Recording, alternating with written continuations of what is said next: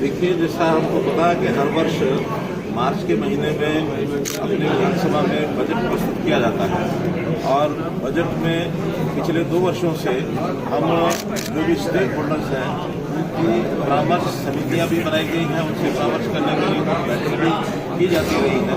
इसका बहुत बड़ा लाभ इन दिनों में 2 वर्षों में हुआ। इसे चुप करा दो यार। इस बार मैं स्पीकर साहब का बहुत धन्यवाद करता हूँ। हमारे रूह के 3 महीने पहले और आज अगले बजट के संबंध में कुछ ट्रेनिंग सेशंस कुछ एक्सपर्ट्स को बुला करके ये किए जा रहे हैं और इसमें हमने भी आग्रह किया है कि जो बजट सत्र में सामान्यतः विधायक अपनी डिमांड्स को उठाते हैं उसकी बजाय अभी 3 महीने पहले यदि अपनी डिमांड्स बता देंगे तो उनको बजट के अंदर समायोजन करना आसान होता है। अन्यथा बजट प्रस्तुत होने के बाद कई बार ऐसी डिमांड्स को समायोजन करना कठिन होता है। तो ऐसा विधायकों ने इस बात को सराहा है और मुझे लगता है कि अभी 3 महीने पहले ही अपने अपने क्षेत्र की डिमांड के हिसाब से अगर वो बताएंगे तो आगामी बजट में उनको समाहित किया जा सकता है।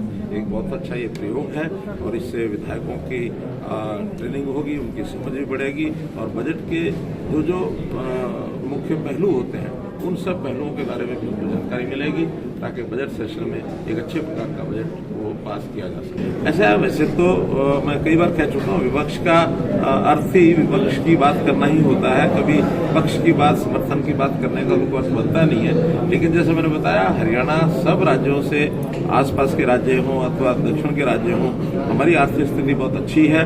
हमारा जो जीएसडीपी है वो हर वर्ष बढ़ता है और जितनी मात्रा में जीएसडीपी बढ़ता है उतनी ही मात्रा में हम जो है वार्षिक जो कर्ज वही लेते हैं, उससे ज्यादा नहीं। हमारे कर्ज की जो लिमिट होती है अभी तक थी 3%, लेकिन कोविड के कारण से इसको 4.5 और 5% भी किया गया।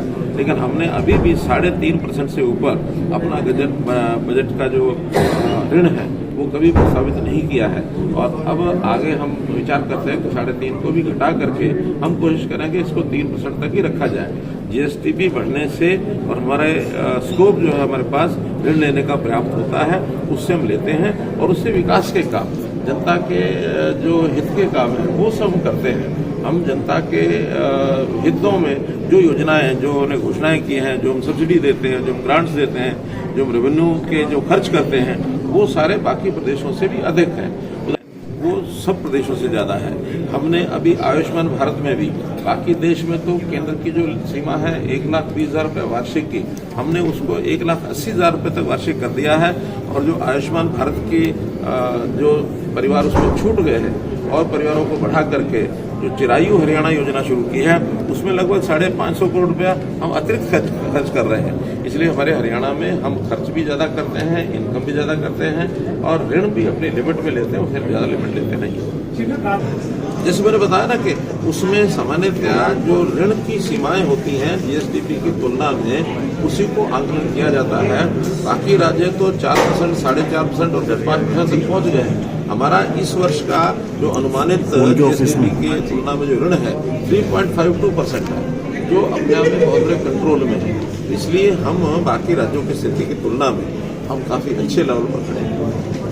उसी बात को लेकर के आज विधायकों को कहा है कि अपने क्षेत्र की डिमांड बताएं और जो डिमांड बताएंगे तो उसमें से कुछ जो डिमांड्स पूरा करने के लिए हम कहेंगे और अगले बजट के फोकस में जो सेवाएं हैं, जरूरी सेवाएं हैं, शिक्षा है, स्वास्थ्य है और प्रदूषण को समाप्त करने के लिए एनवायरमेंटल विषय है, उस पर है, कृषि है, सिंचाई है और ग्रामीण विकास में खासतौर पर जैसा हमने बॉन्ड अथॉरिटी बनाई है उसके प्रकार से स्वच्छता का अभियान है।